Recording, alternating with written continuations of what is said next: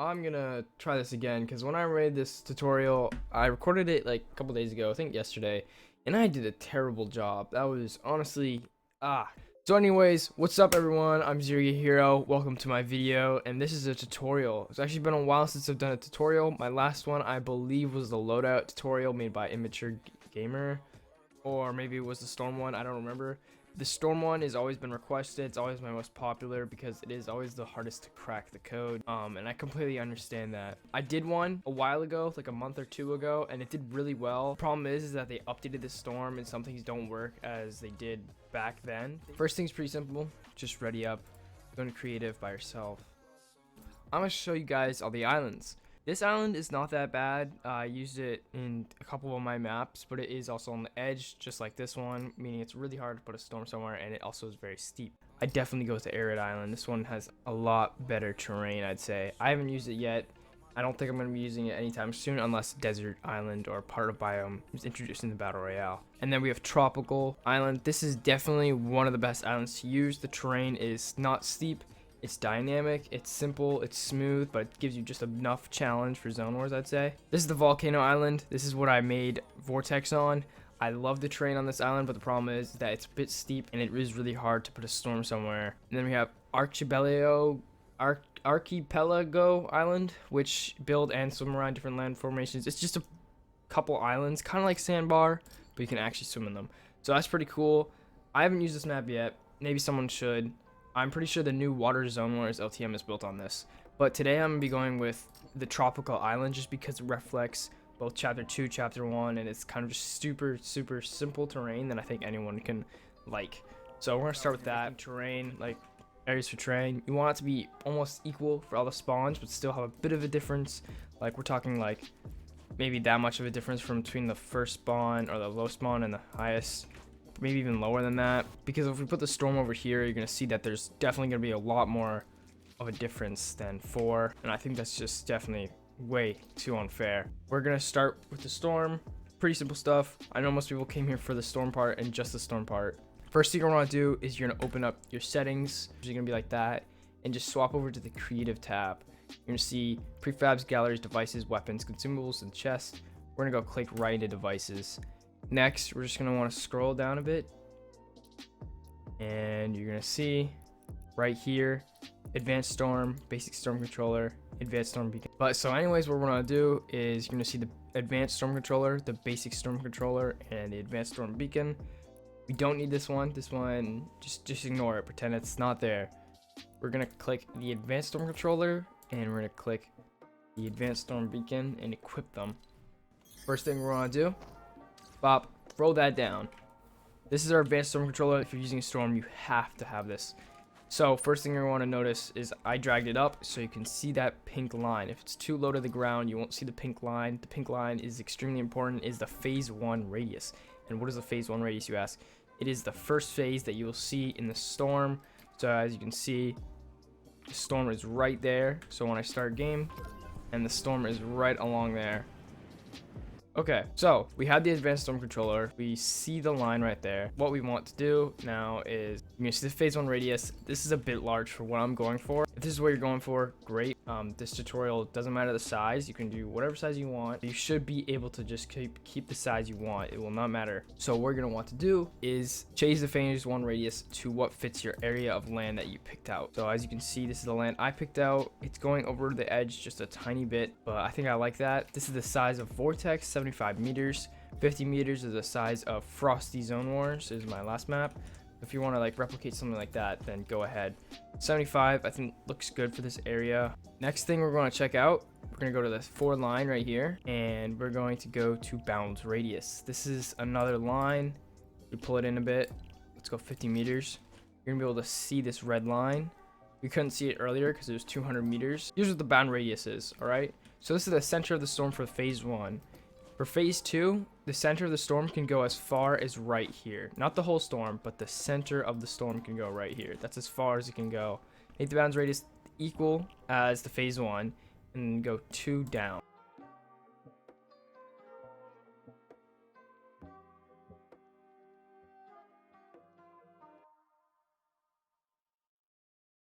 Next thing we're going to want to do, this is the way we we get to customize the resize time, the shrink time, whatever you want to call it, the movement, and that is this advanced storm beacon. So just equip that and throw it on the ground. All right, you're gonna see this little small circle. This one's on the ground for some reason. It's just gonna phase underground with the N button on keyboard and mouse, and we're gonna put this directly on top. This is really weird looking. Just get directly on top. That's good enough, I'd say. Just make sure it's all on top. I'd use no grid stab for this. Since it's the first beacon you have, this is what we're gonna want to make sure that these settings are. The phase is 1. The end radius is the same size as this phase 1 radius.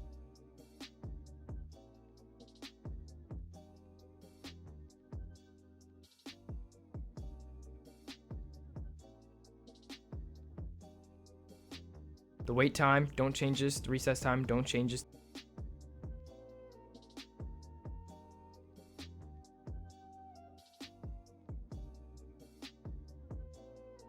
The damage, choose whatever you want. So 10 for endgame. Make this move to beacon. This just makes sure that the storm will be in the exact same spot for the first phase. Now, next thing, pretty simple stuff. You're gonna want to go to the beacon that's right on top and just copy and just bring it up. Don't look around, just bring it. Oh, bring it up, and it should be directly on top of that. Next, we're gonna change this to 2 since this is the second phase, it is not the first, and we're gonna bring the phase 1, the end radius 2 down. Okay.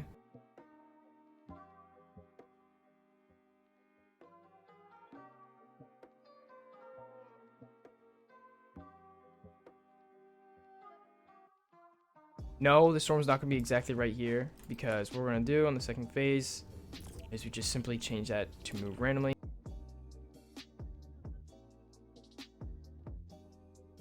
All right, and let's just simply just copy this. And here's where it gets really easy. All you're going to want to do for this is just change the phase 1 up and then end radius 1 down. Bring it up. 1 up, 1 down. I'm gonna keep on doing this until we go to 0. Not 0 phases, but 0 end radius, to where the storm shrinks to nothing.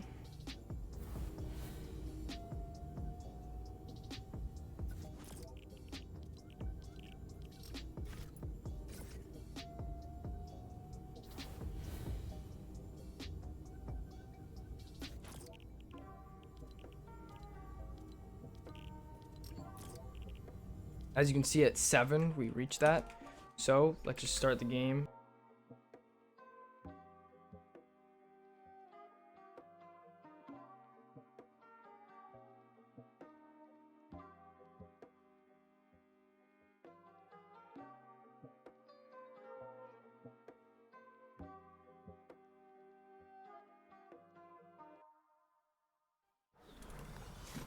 Okay, so first thing you notice, I mean, either way that was sped up a lot more phases than the actual game. So what we're gonna want to do is, I say delete a couple of those because some of them are pointless and just take up a lot of the time.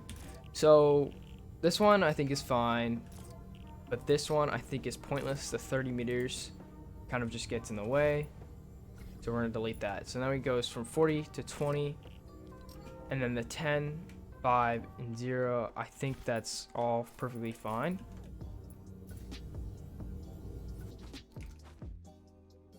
So now, and that's right, I almost forgot. When you delete one, you're gonna notice that it goes to 2 to 4. All you have to do is just put this one, these ones down until it goes in order. Make sure they're in order. If they're not, I'm pretty sure some stuff kind of breaks. So let's just make sure that they're going in order. But I just want to give you a couple cool tricks.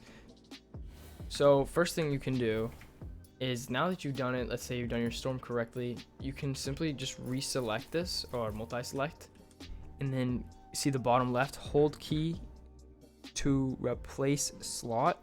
So let's say on keyboard and mouse it's 1. Make sure you're looking at it. So what that means is, after you multi-select something that you want to copy and keep as a preset almost, multi-select it and make sure you're looking at one of the parts of the multi-selection and select the key, so 2. And as you can see, when I pull on my phone and I press that key again, I have the exact same settings. They do the exact same thing. So let's say you really are happy with one of your storms, you want to map It's basically the same thing. You can literally copy it from that map. And then look at this. Here's the best part. I go back to hub.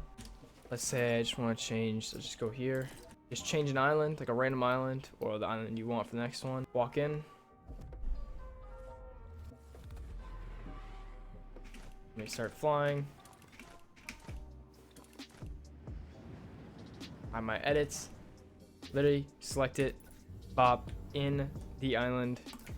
No cuts, no nothing. I really didn't have to do anything. That was there already. And yeah, that's how easy it is. So one last thing I just want to say is if you're trying to do a loadout and the spawns afterwards, I'd recommend watching my old item spawner for random loadouts, or you can watch Immature Gamer's new one. I don't know if one's more complicated for you or the other. Just both try them out, see which one you think is less complicated. Yeah, thank you guys for watching. Like the video to make sure you can find it easier. Share the video if your friend's struggling on this, etc. And yeah, I'll be answering as many comments as I can.